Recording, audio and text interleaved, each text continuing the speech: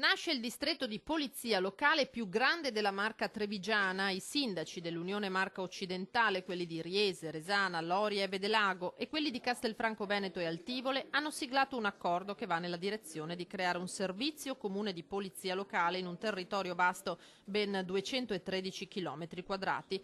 Pro e contro verranno analizzati da un apposito tavolo di lavoro, ma la strada è tracciata e porterà a una piccola grande rivoluzione. Cambierà totalmente il tipo di servizio che verrà dato al territorio, perché l'idea è quella appunto di andare a creare un comando unico con delle sedi poi delocalizzate nei vari comuni, con un unico comandante che è quello dell'Unione dei Comuni, ma cambierà anche la riorganizzazione degli agenti, appunto andando a specializzare gli agenti in determinate tematiche o problematiche, e con l'obiettivo di andare a creare un terzo turno di pattugliamento nella fascia serale e notturna dalle 18 alle 24 circa, quindi per una maggiore vicinanza al territorio, un maggior senso poi di sicurezza dei nostri cittadini. Quello che si intende fare è cercare di valorizzare le motivazioni personali di ciascuno, le attitudini e le competenze. Si è pensato già di poter affiancare le persone che hanno una certa età e quindi di raccogliere la professionalità e le competenze di queste da trasmetterle a quelli che sono più giovani.